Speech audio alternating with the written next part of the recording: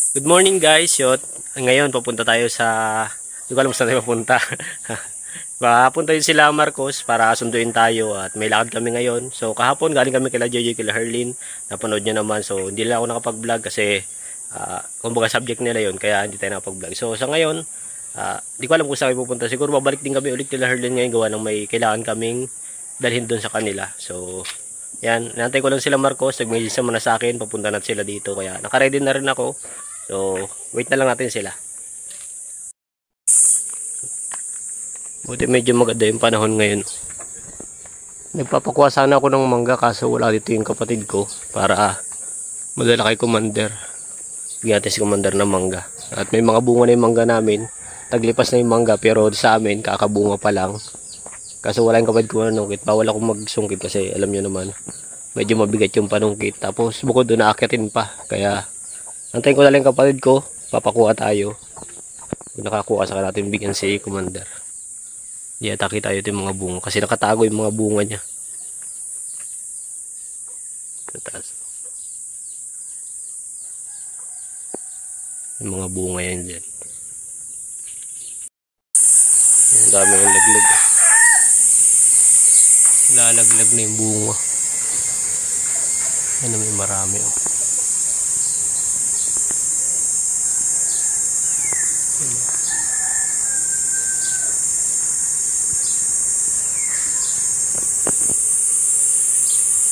Kinakain lang ng mga ibon, sayang. Yung tanim nating gabi. Matanim nating gabi hanggang doon. Naubos na kakagulay namin. Halos lagi kaming nakuha dito. Yung mga pinagkuhaan.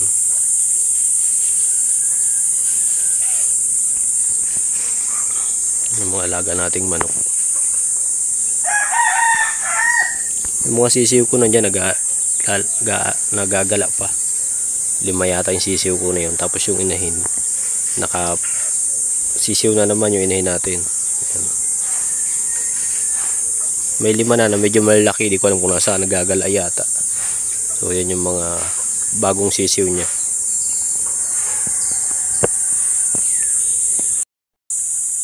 So yun guys, at dito kami sa kalsada. At yung ginagawa ng dalawa. Ito yung kalabaw nakarap na. Narang init oh. Seryoso naman yung bata.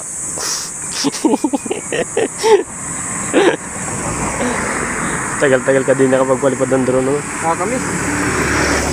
Sobrang tagal. Tagal ayusin ng ano yan no? Grabe din kasi naging problema.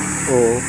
Laki din ang problema nung talagang malala din. Sabi nga nung nag-aayos dito ay wala na daw pag-asa. Wala na, sabi nga bilhin na lang kayong bago. Siyempre, hindi naman tayo mayaman. Parang bumili ng bumili. Ayun. Gawa ng paraan. Gawa ng paraan. Paghanap ng gagawang nung kaya. So yun, kaya naman. Ganda oh. Lah, parang may ibon na humahabol. Meron nga. Kanina pa yun ay. Yung pa rin yung kanina. Grabing ganda no? Grabe, hindi mo ma-appreciate yung ganda ng view kapag hindi mo kasi may pagkata sa ganda. Lalo ngayon summer na. Sobrang ganda na niya. Tapos kung kumakahabol po yung ibon. Hindi yung kanina pa nag-ahabol. Andun pa rin yung ibon. Nahabol niya. Andun pa rin. Nag-ahabol pa rin. Babay mo dito, baka hulihin natin. Tatalian ko ng camera. Para may drone din ako. Hindi ko alam kung nabalik yun. Di ba alam kung mabalik ka na hindi. Yung drone ko may sariling buhay. Hindi na nabalik. Siya kuha, siya mismo kumuha yung sariling shot. Kaganda ng panahon no. Huwag mo lang babatiin at dito ay pag binabati ang panahon ay nasama. Tulad yan nakakulimlim na naman.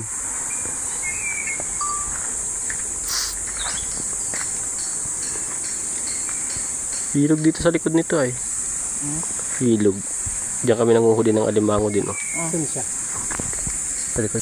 So yan guys, at andito tayo ngayon sa Panganiban dito sa Mikilada. Yan yung scholarship ng Marcos team. Siyempre mga mabubuting sponsor nila. So yan, binisita namin dito kaso may ano yata, may problema yata, kaya naglayo na tayo doon at nag-usap sila Marcos saka si yung nanay ni Dayan na scholarship nga ng team natin, saka doon kay Jericho din, scholarship din namin. So pinunta namin sila parehas. Talagang naman kami sa Panganiban, sa lugar nila. Medyo malayo to, sa mga bagong pasok natin dyan, mga bagong viewers natin. Pinabiyahe namin dito is almost 2 hours papunta dito galing sa bahay nila Marcos dito sa bayan ng Kapalonga dito sa Bicol. So yan, nandun sila Marcos at kinakausap lang. So panoorin nyo sa vlog nila kung ano yung mga pag-usapan doon. Hindi naman natin pwedeng ano dito kasi kumbaga ano nila yun, kumbaga subject nila yun. So doon yung ano nila, doon yung yun yung ano nila, content nila. So tayo naman dito lang sa may labas at binabantayan ko yung mga bata kasi mga bata nandun, may nag-i-interview, medyo may ingay, kaya pinalabas ko muna yung mga bata para ano. So naglalaro mo sa labas, binigyan ko ng tinapay, may dala kaming tinapay, sobra namin kanina at nagmerenda kami ng tinapay. So binigay ko rin tinapay doon, may ilang piraso pa yun, siguro mga 8 piraso pang tinapay yun, pinagati-hatian ng mga bata. So nandun na sila kontento na sa labas at ito yung bahay na Dayan, yung mga bata nandun. So, yan, kontento naman na sila at kaya dito lang. So nakakatuwa, nakakamiss at nakakamiss yung gantong gawain na pag-mission. Medyo matagal kong di nagagawa to, halos 2 buwan, halos may higit 2 buwan na hindi ko na nagagawa tong gantong pag-mission. So sa ngayon nakakatuwa kasi naranasan ulit natin yung punta sa iba't ibang lugar. Kahit although na hindi pa tayo pwede yung para biyahe, pero dahil nga nakaparulis naman sila Marcos, hindi masyadong tagtag. So tsaka ilang araw lang naman to, kaya sabi ko sige sama ako para ma-experience ko ulit kasi sobrang nami-miss ko na talaga yung gantong gawain. Kaya yun, sabi ko sama ako kahit ilang araw lang, at ilang araw lang naman sila dito. So habang nandito sila, pwede natin silang samahan sa ngayon, at pag alis sila yun, tuloy-tuloy tayo ng ginagawa natin, paggagamot sa sarili, therapy sa sarili. So ganun ulit yung magiging daily routine natin. So yan, di lang tayo pwede, pasensya na sa mga talagang sa mga gustong makita yung mga beneficiary natin, lalo sila sa Joy. Hindi ko talagang mapuntahan sila kasi dahil bawal lang nga tayo magmotor, bawal tayo mag-drive ng motor. Kahit may sarili tayong service, bawal tayo mag-drive ng motor. Kaya yun, dito lang naka-4 wheels sila Mark, kaya nakakasama tayo dito. Pero kung hindi naman sila naka-4 wheels, saka motor lang, so bawal din tayo. Kasi alam niyo naman pag nasa motor ka, nakabuka ka doon, so bawal sa atin. Kaya yun, pasensya na sa mga nag-aantay ng update para sa mga beneficiary natin. So kaya niyo po, pag medyo okay na tayo, puntahan natin mga beneficiary dito. So since ako naman nandito sa Kapalonga, at anytime naman sabi ng Marcos, pag okay ka na, magsabi ka lang sa amin. Kung gusto mo punta yung mga beneficiary, papadalang ka namin ng ng tulong para sa kanila at ikaw na magpaabot. So ganun yung usapan namin ni Marcos. Kaya yun, wala namang problema. Anytime na okay na tayo, pwede natin puntahan yung mga beneficiary. Pero sa ngayon, ganito muna tayo. Alali lang tayo dito kasi may mga bagay tayo na dito. Parang may tutulong tayo kay Marcos sa mga lakad na ito. Saka isa pa, sabi ko nga, gusto ko ulit ma-experience kasi medyo matagal.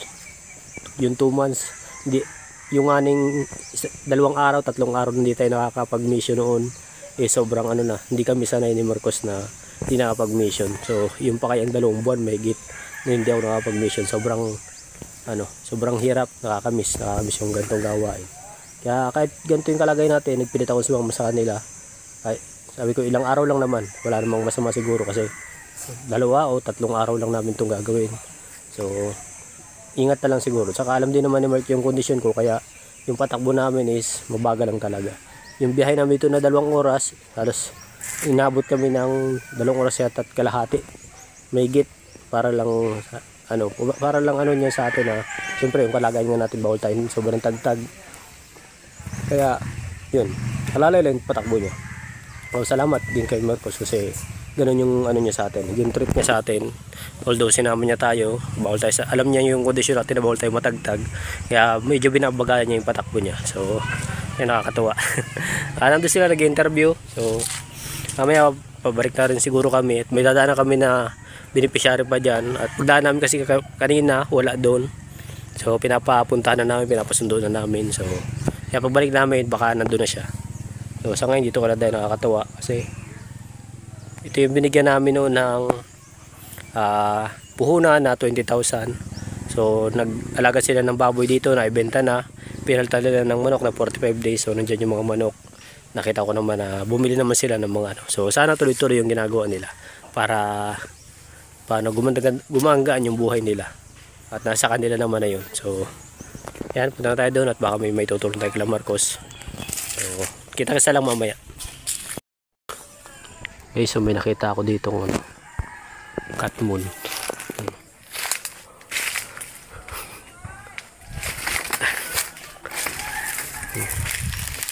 Sarap to. Dahil bunga nasa taas. May bantay lang. May bahay ng digha. Langgam na malalaki. Ay, meron tayo dito isa. Kaya natin mamaya. Tapos may kamyas dito. Alam tayong panungkit.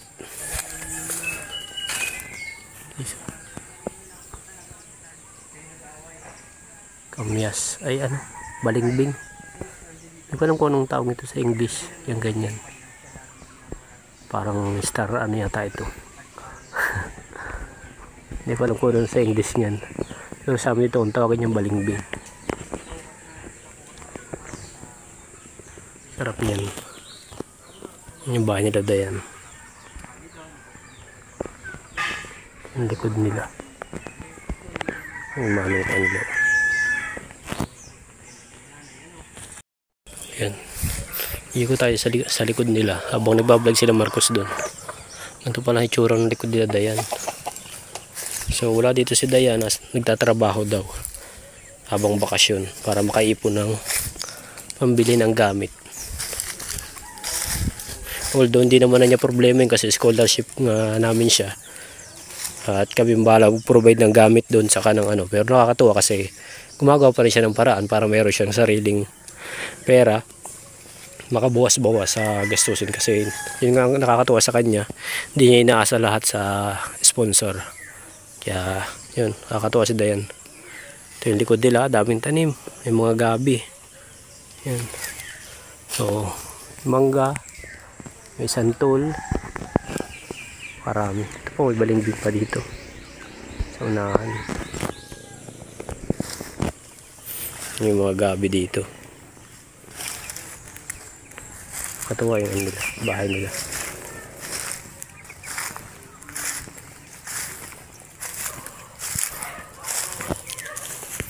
May ano pa dito, kakao. Kaya lang maliit pa. Puno ng kakao na may sabi. Masipag na talaga sila magtanim. Lalo yung mga magulang ni Dayan. Okay guys, papahinga lang kami dito at yun. Katapos lang namin mag-mission, galing kami sa Panganiban, doon kila Dayan, tapos doon kila Jericho, yung mga scholarship natin. So, nagdala kami dito para magpahinga kaunting oras bago kami umuwi. Yan. Ito yung lugar na ito. So, andun sila Marcos sa kabila. So, ang dami din nagpapahinga dito. Maganda dito pag tanghali. Kasi libre naman dito magtambay, yung mga cottages na yan. Puro libre naman yan. So kailangan natin maging malinis, yung mga dala natin pagkain. Dapat yung mga basura dala din natin. Huwag natin hayaang madumi. Kasi may tagalinis naman dito. Tapos, yun, disiplina natin sa sarili. Kaya pwede dito maligo, wala namang entrance. Kahit saan mo gusto dito, wala namang entrance fee dito. Pwede kayo maligo dyan. Ito rin sa Sibol, Kapalongga, Camarines Norte.